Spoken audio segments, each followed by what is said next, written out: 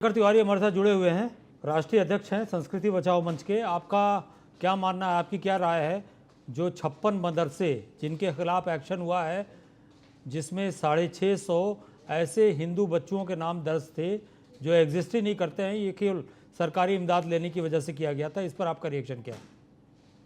देखिए, ऐसा है पांडे जी कि ये एक बड़ा फर्जीवाड़ा जो हुआ है, इससे पूरे प्रदेश नहीं पूरे देश के मदरसों की जांच होनी चाहिए।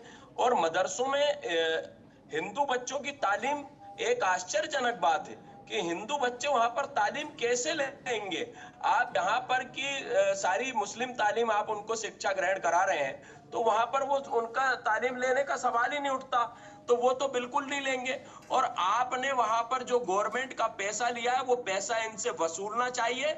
और क्योंकि इन्होंने अनुदान भी लिया है, और जहां तक मुझे मालूम है कि हो सकता है इनने जमीनें भी जो है मदरसे के नाम पर अलाट कराई होंगी, तो उन जमीनों का भी सरकार को अधिग्रहण करना चाहिए। और कौन लोग इसके पीछे हैं जो मदरसा संचालित कर रहे थे और किन अधिकारियों की भी मिली भगत है, उसकी भी जांच होनी चाहिए और उनके खिलाफ कड़ी से कड़ी कार्रवाई होनी चाहिए।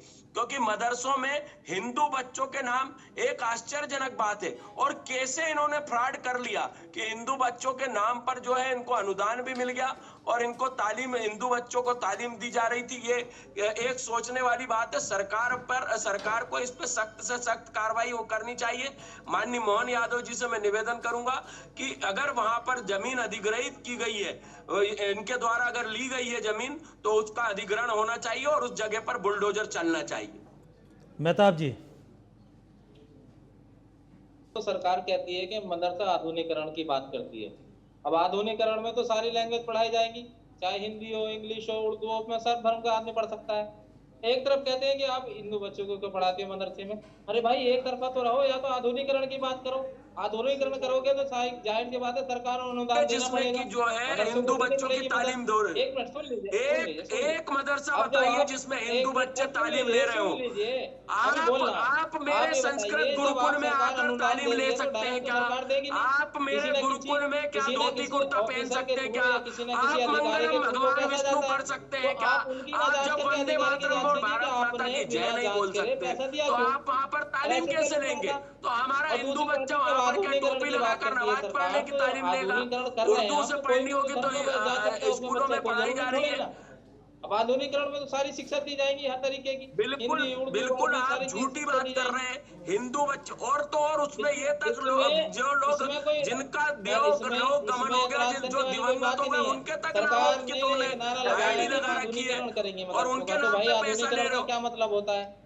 क्या मतलब आधुनिकीकरण का मतलब सुनिए मेहताब जी, आधुनिकीकरण का मतलब सुनिए मेहताब जी, चंद्रशेखर जी आधुनिकीकरण का मेहताब जी आधुनिकीकरण का मतलब फर्जीवाड़ा थोड़ी होता है। आधुनिकीकरण का मतलब सुनिए मेहताब जी जब सुनिए मेहताब जी, जो धार्मिक पढ़ाई आप कराते हैं, आधुनिकीकरण का मतलब यही होता है कि आज की तालीम जो है वो देश दुनिया में जो कुछ हो रहा है उसके हिसाब से बच्चे अपने आप को अपने करियर के लिए, फ्यूचर के लिए तैयार कर पाएं। लेकिन आप एक तरफ जब आधुनिकीकरण की बात होती है तब उसका भी विरोध करते हैं आप।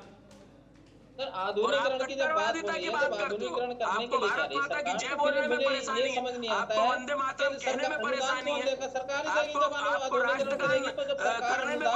चंद्रशेखर जी इनकी बात सुन लीजिए, चंद्रशेखर जी पहले इनकी बात सुन लीजिए। मैं करूंगा या अधिकारी करेंगे? इसमें कहीं ना कहीं अगर ये फर्जीवाड़ा हुआ है तो कहीं ना कहीं अधिकारियों का फॉल्ट है। उनकी जांच होनी चाहिए कि इतना फंड गया कैसे, उन्होंने। हाँ बिल्कुल ठीक बात है। ब्रिजगोपाल लोया जी, ये बताइए कि 7 साल तक सरकार सो रही थी क्या? 7 साल में 125 करोड़ रुपए पंप हो गए, और जब मदरसों में हिंदू बच्चों के नाम जब वहां दर्ज किए गए थे तो क्या अधिकारियों को डाउट नहीं हुआ? नहीं, देखिए रमन जी, हम तो पहले आपको ये कह चुके हैं कि हम तो उनके खिलाफ भी कार्रवाई करेंगे जिसने राशि उनको दी है, बिना जांच किए दी है, बिना परीक्षण किए दी है और किस तरह से दी है। मगर एक महत्वपूर्ण बात है जो मेहताब जी अभी कह रहे थे कि आधुनिक शिक्षा देने की बात सरकार कर रही है। क्या मेहताब जी इस बात को स्वीकार करते हैं? क्या मेहताब जी इस बात को स्वीकार करेंगे कि जो इनकी किताब है वो कहती है कि धरती चपटी है परंतु आज का विज्ञान तो कहता है कि धरती गोल है।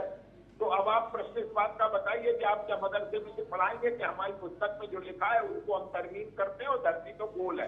दूसरी बात मैं आपसे करता हूँ कि अभी कह रहे थे मेहताब भाई कि वहां सरकार ने क्यों इस पर ध्यान नहीं दिया। आप मुझे एक बात बताइए, जिन मूर्ति पूजकों को आप काफिर मानते हैं, क्या वो काफिरों को भी आप मदरसे में पढ़ाकर हाफिज आलिम फाजिल मुफ्ती बनाएंगे क्या?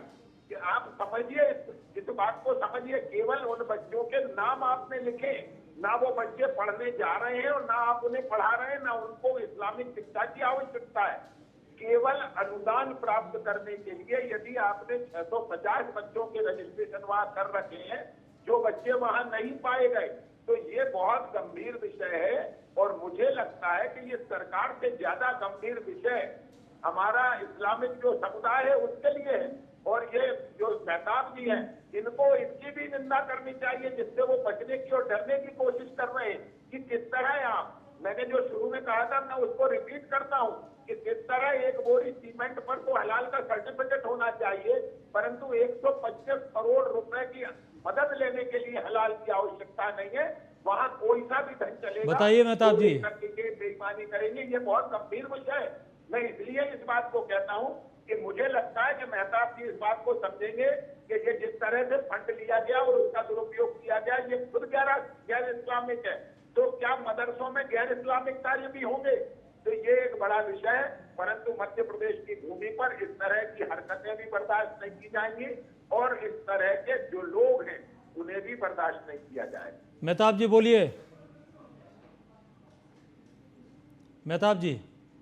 जी सर, देखिए, अगर आप सारी जो बातें इन्होंने बताई ना सर ने, वो अब से नहीं, ये पुराना, बहुत पुराना रिकॉर्ड है कि यहाँ से चलता है, केंद्र सरकार से चलता है। जितनी बीजेपी शासित राज्य सारों में ये रिकॉर्ड दे दिया जाता है कि आपको ये बोलना है। मुझे आप एक बात बताइए, क्या आपने प्रदेश सरकार ने कभी आश्रमों की जांच कराई है? एक बार बताइए, आप कराइए भी आपने कभी एक बार कराइए? मैं जवाब, मैं सवाल कर रहा हूँ, फिर आप जवाब, मैं आपकी बात का जवाब भी दे रहा हूँ। बात करते हैं आप, सुन लीजिए सर, सुन लीजिए। आप बात, आपके ही आश्रमों से एक आश्रम से करोड़ों अरबों रुपए का गबन हुआ है। अच्छा मेहताब जी, बाबा है जेलों में है, आपने सारे आश्रमों की जांच कराई हिंदुस्तान के? नहीं कराई। आपने क्यों नहीं कराई? करोड़ों अरबों की जमीन घेरे रखी है उन्होंने, नहीं कराते आप? क्यों नहीं कराते? वहां से आपको मेहताब जी, मेहताब जी मेरे एक सवाल का जवाब दीजिए। मेहताब जी,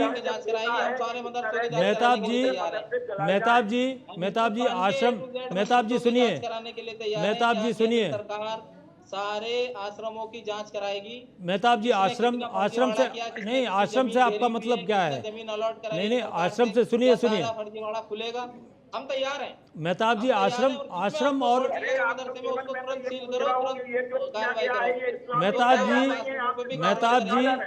मेहताब जी सुनिए,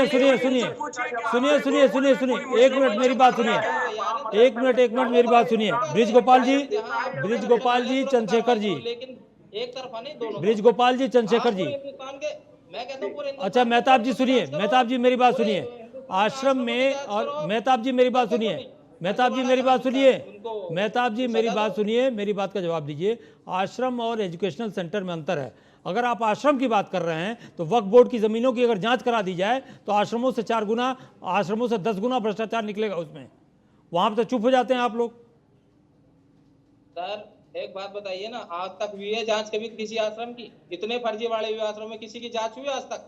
जो बाबा पकड़े जाते उन्हें आप जेल में तो डालते तो, लेकिन जांच नहीं कराते कभी भी। क्यों नहीं कराते? बाकी हम तो फिर से कह रहे हैं, क्यों नहीं कराते? उत्तर प्रदेश की घटना ले लो, 150 लोग हो गए, बाबा जी अभी तक पकड़े नहीं गए। थूक के सब खिला रहा हूं बाबा जी कहाँ हैं?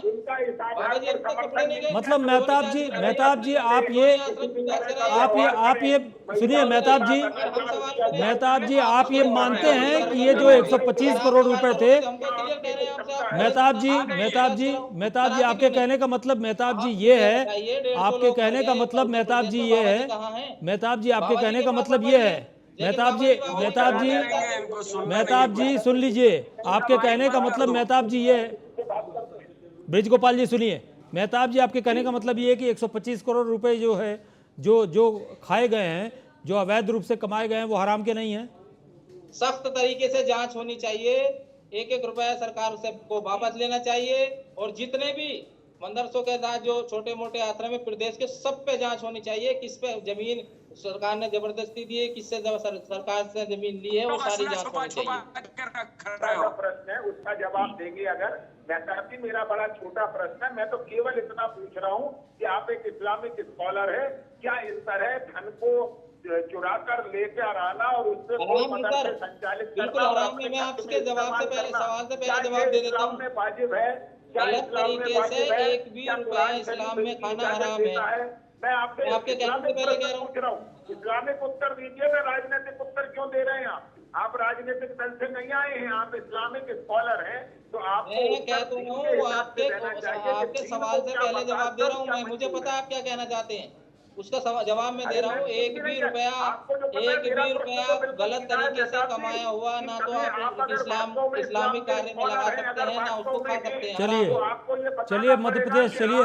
धर्म इसकी इजाजत देता है कि नहीं, उन्होंने तो बोल दिया कि ये गलत है। ब्रिज गोपाल जी उन्होंने बोल दिया गलत है, इसकी जांच होनी चाहिए। चलिए, आप सबका बहुत बहुत धन्यवाद। ब्रिज गोपाल जी, चंद्रशेखर तिवारी जी, मेहताब उस्मानी जी, सरकार जांच कर रही है और निश्चित रूप से जो भी मदरसे जांच में दोषी पाए जाएंगे उनके खिलाफ एक्शन होगा, और 56 मदरसों के खिलाफ तो एक्शन हो ही चुका है। देश की बात में आज के लिए बस इतना ही। मुझे दीजिए इजाज़त। नमस्कार।